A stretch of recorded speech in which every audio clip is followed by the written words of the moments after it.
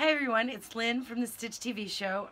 Listen, I've been working with this material that I got from So Much Cosplay, and again, I'm making this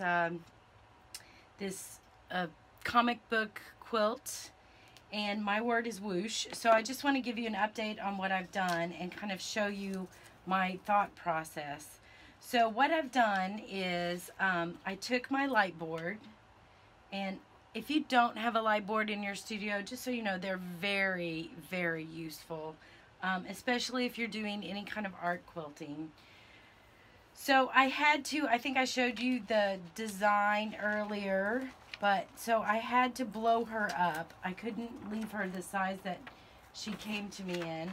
So I ended up blowing her up and tiling her. So I've cut off her legs and her boots, which I'm kind of sad about, but because comic books are so finely drawn, you can't get that same look in a quilt as easily. Like, you can't cut fabrics that are 1/8 of an inch, you know, small. So anyway, what I did is I tiled it. I blew it up to where I'm just getting her face and essentially the top part of her torso.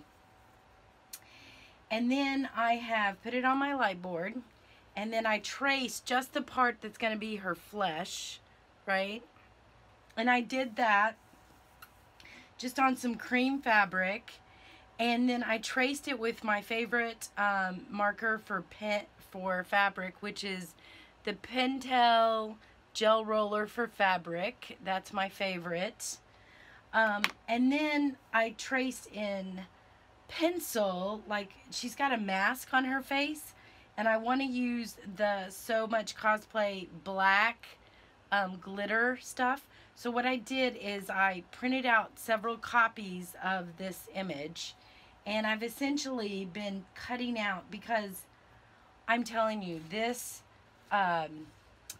this material that Cheryl sent me, it's incredibly cool. I have been playing with it. I've sewn over it. It's so easy to sew over. It is totally flexible. So I really think it's a really neat product. And I've tested it a couple of things. Like, I've taken pencil on it, and I did a regular gel, you know, ballpoint pen, and then I did a chalk marker, which is the permanent chalk marker, and see what I can get the look on some of these things. And I will tell you that the shine ones, those don't take, because they're so slick, they're not taking ink really well. I was able to get the regular ballpoint pen to mark on that, which is going to be helpful, because I'm going to need to mark some of these contours of the comic book so that it'll read the right way. And I was able to get the ballpoint pen to mark on the shine, which I really liked. The fabric marker didn't. It like wiped off, so that was kind of disappointing. Now the glitter ones are holding the markers better, and I think it's because of that texture is, you know, there. So anyway, play with that kind of thing. Now, what makes this a little bit different in my head from doing other art projects, because this is opaque. I can't see through this very well when I put it on my light board, and I can with fabric, and I can with fusible web, so I'm so used to using it that way. So it's made me think of this a little bit differently. It's still extremely cool and very useful. It's just I have to think of how to approach it differently, right? So what I've done is I've taken all the elements of her, right, of this lady, and like she has a mask on her face, and she has hair, so I cut out her hair. So I just printed out several copies, and then I cut out this is her torso, right? And then this is one of her gloves, and this is the other one of her gloves, and then this is her skirt. It doesn't look like it, but that's her skirt. And then all the rest of her I kind of drew on this just cream fabric. And I've also taken ink tints.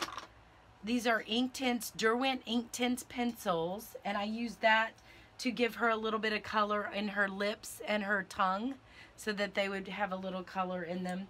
And my goal is to take this mask and put it on top of her face. So what I did is when I printed these out, I cut them to the right size, and took my time to cut them. And now what I'm going to do is I'm going to cut, because the way this has and both products do, because I've played with them now, it has a heat resistant film on the top of the product. And then the back of the product is the fusible, okay? So it feels really slick, but that's glue, all right? So what you're going to have to do is you're going to have to cut out your image that you want it to be that shape.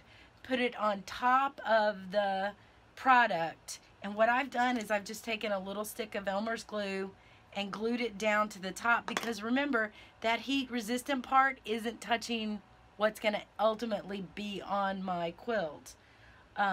So what I'm going to do now is I'm going to cut around this now that it's glued on this product.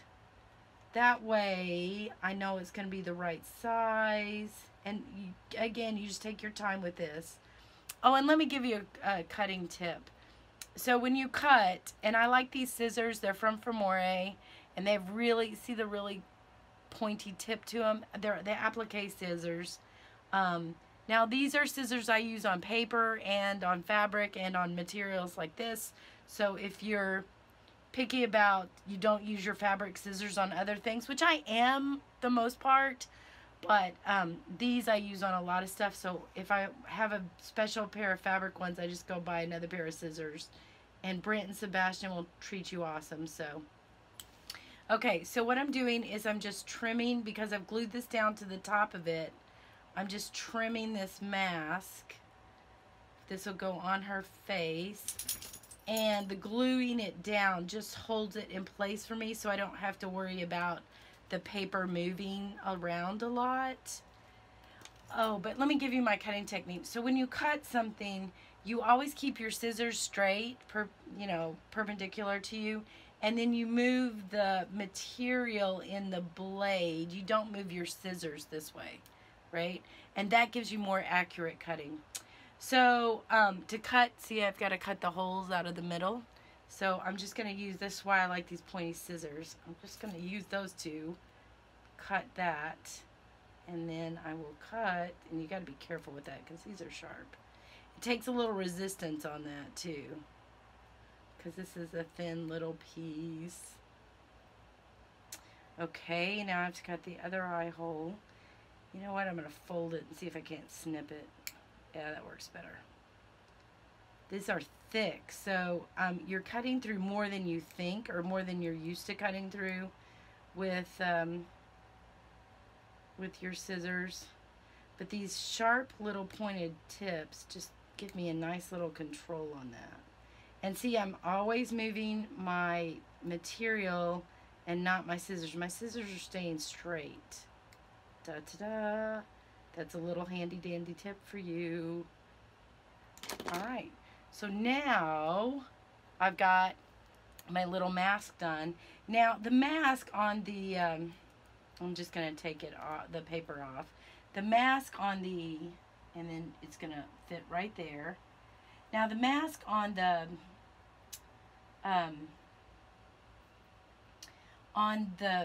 paper, where did I put it? Oh, it's right here.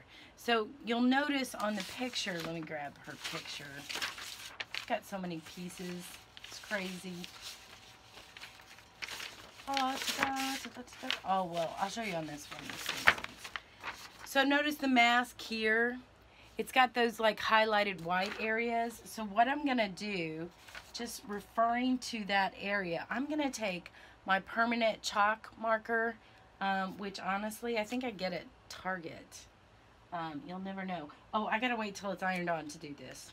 So I gotta iron it on next, and I'm gonna iron it on her face, and then once I peel the heat resistance away, then I'm going to take my chalkboard mark and just highlight those areas in white, just to give it some more definition and kind of add to the enhancement of the look of that it's a comic book, right?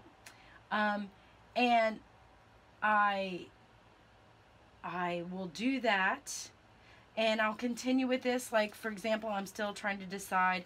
I think I want her gloves red. So I'm going to do red sparkles for her gloves. And I think I want her torso. I don't think I want the sheen look because that's not as easy for me to use. I may do the sheen on the whoosh part.